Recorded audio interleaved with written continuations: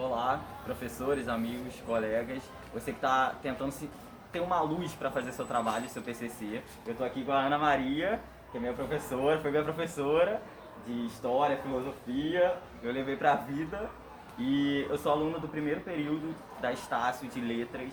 Meu nome é Milton e espero poder ajudar vocês. E desde já, muito obrigado por estar assistindo o vídeo. Bom, Ana Maria, a gente vai dialogar, como diz o texto, refletir e produzir conhecimento reflexivo, né? E diz um pouquinho como é a sua experiência, a senhora que já está há 8 anos em sala de aula, quais foram os perrengues que a senhora já passou? Bem, pois é, assim, eu sempre quis ser professora, né? Sim. Desde criança eu já sabia que era algo que eu queria fazer, então já meio que tracei minha vida pensando em caminhar para a educação.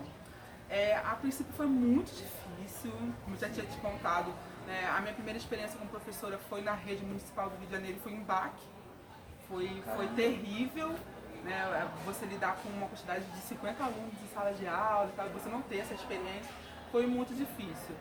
Mas aí em seguida eu entrei no Estado, e no Estado a experiência foi muito diferente, você tem uma questão com outros professores que te entendem, você tem, né, Buscam te ajudar, né? Sim, você tem um acolhimento. Eu fui muito acolhida no Estado, e aí nesses 8 anos que eu estou no Estado, eu percebi que realmente eu fiz o que eu caminhei certo, que era o que eu gostava mesmo. Eu adoro dar aula, eu adoro a escola, adoro o Baenco, né? Eu tenho muitos alunos maravilhosos que eu levo assim, como amigos, com certeza. E foi mais ou menos assim, né, que foi a minha trajetória, né? Desde que eu sempre soube, de primeiro foi complicado, mas a experiência ela realmente ajuda a você entender como é que funciona, assim, a partir do momento que você aprende como lidar com o aluno e aprende como construir o conhecimento com ele, a coisa flui. É a engrenagem, né? Sim, a experiência. A experiência é algo muito importante para poder fazer com que você realmente se entenda ali como professor. É muito necessário. Eu estava falando com a senhora há um tempinho atrás sobre a questão da educação, que a educação e a saúde não são valorizadas, infelizmente, não são reconhecidas. E o que fez a senhora desanimar em determinado momento? Foi a questão de ser nova, não ter aquela bagagem, ou não investir, enfim? Não, a minha maior questão de início assim, foi realmente falta de apoio, né? Você começa na rede, dependendo da rede, sem apoio nenhum, e aí se você não sabe lidar, a culpa é sua. Você que não tem domínio da turma, Não tem aquele preparo. aí tudo aquilo ali, né, ele vai te desanimando. Então é por isso que a questão da experiência é importante, né? Durante a graduação, eu acho que tem que ter um foco na experiência em sala de aula. Porque se você termina toda uma graduação com pouca experiência, te jogam naquilo ali, pode ser complicado, né? Tem gente que se dá bem, mas tem gente que não. E foi isso que foi me desanimando. Mas, com a minha experiência no Estado, aí eu realmente vi que o problema não era eu. O problema não era eu, porque era a mesma quantidade de alunos e tal, mas por que funcionava um ou no outro? Não. Era a falta de apoio. O apoio, né, os tipos de alunos e a experiência. Realmente você vai vendo como que você vai lidando e as coisas vão se encaixando e vão melhorando. E quem foi um professor assim, que te apoiou muito, que a senhora lembra até hoje, pô, me ajudou muito, devo muito a essa pessoa? Gente, dá até assim, vontade de chorar, porque foi a professora Nilma. Ela me acolheu aqui no meu primeiro dia. Sim. Ela tinha uma paixão gigante por essa escola. Sim. Ela era extremamente apaixonada por essa escola. Eu Então ela me me falava muito bem da escola, como que ela, que ela era super conhecida, todos amavam. Então ela, o amor por ela pela escola, assim, me fez gostar da escola também. Fez De primeira, amar, né? foi um acolhimento muito diferente da prefeitura do Rio, que era todo mundo sisudo, assim. Parecia que todo mundo tava com raiva da vida. Aqui não. Como se houvesse uma competição, né? Aqui tinha, você sentia que existiam pessoas que gostavam da escola de Franca. Então o acolhimento que eu tive aqui da professora Lima foi maravilhoso. E, nossa, minha gratidão eterna a ela. fez com que a senhora não desanimasse, não desistisse. Sim. E aí eu fui tendo turmas muito boas. Alunos muito bons, outro aluno que ali, alunos muito bons que foram confirmando que, né, que realmente a educação é importante, eu posso fazer uma diferença na vida de alguém. E aí eu fui me animando e hoje eu faço o que eu amo. Tenho certeza absoluta que eu nasci para ser professora. Como eu te falei, eu faço uma outra graduação exatamente só pela questão financeira, porque realmente o retorno financeiro é muito ruim. Mas se eu ganhasse bem, Tava aí! não estou pensando jamais qualquer outra coisa, seria professor. Eu acho que eu vou continuar sendo, eu falo, só que eu terminando a graduação, mas eu vou continuar sendo. E uma das primeiras turmas da Ana Maria, ela teve tipo uma festa temática do Halloween. Você lembra disso, do 8º ano? Sim. Como que foi isso? Como que surgiu essa ideia? Foi os alunos que fizeram Halloween, né, lá na biblioteca. Alunos que hoje fazem universidade, Tá vendo? Lorena terminou. Lorena está fazendo hotelaria na UF. E foi mesmo. É muito legal isso. A escola ela necessita disso do aluno. Sim. Do aluno também participar, do aluno dar ideias. Essa interação, Sim. né? Sim. Então a gente precisa disso. A gente precisa que o aluno interaja e ele dê ideias para a gente poder construir na escola algo. E foi a partir deles, a gente foi planejando tudo a partir dos alunos. Não, vamos fazer, professor. Então, e a gente foi construindo a partir da ideia deles. E eu sei que você é apaixonada em feira literária, livros. Como que surgiu isso? Também foi por conta da sala de aula? Então, não, eu sempre gostei de ler. Sim. Por isso que hoje eu estou terminando biblioteconomia. Caramba. Por gostar de ler. Eu fiquei na dúvida entre letras e história. E eu escolhi história pela leitura, né, o contexto histórico dos livros. E aí acabei escolhendo história por isso, mas letras era outra opção. Então, eu sempre me vi envolvida em bibliotecas.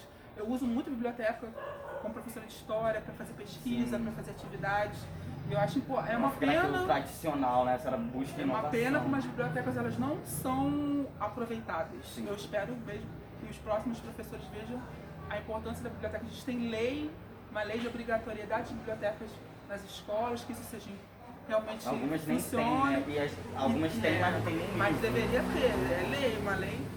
E aí eu sempre me envolvi, exatamente porque eu sempre gostei muito de ler. Desde criança também eu sempre li bastante. E conta pra gente, como que a gente se conheceu? E como eu era em sala de aula? Pode detonar. Não, eu já conhecia antes da aula, né? Porque tava no corredor, não sei o quê. Já era muito falado na escola. Ih, meu Deus do céu. Não sei o quê, do jornal, eu já conhecia de nome. Já era um aluno conhecido de nome. Aí quando eu fui dar aula eu vi que era realmente muito tranquilo, tinha... Só tirava 10 com ela, gente. Muito emocionante. Gostava de estudar, era um aluno muito acolhedor com os outros colegas, estava sempre ajudando os outros colegas, isso é uma coisa muito legal. E foi um aluno bem tranquilo de se dar aula. Agora sou eu que vou chorar, tá vendo? É assim, é uma troca. Eu lembro da senhora chegando com os caramelos, você lembra? Eu tenho essa mania dos caramelos. de comprar os alunos com doces. Ai, meu Deus. Ó, já tô anotando pra quando eu Tem estiver um em aluno sala. aqui então, que a casa dele é lotado de Harry Potter, tá? Eu adoro comprar um aluno com umas coisinhas, né? Ai, Uma meu mulher, Deus.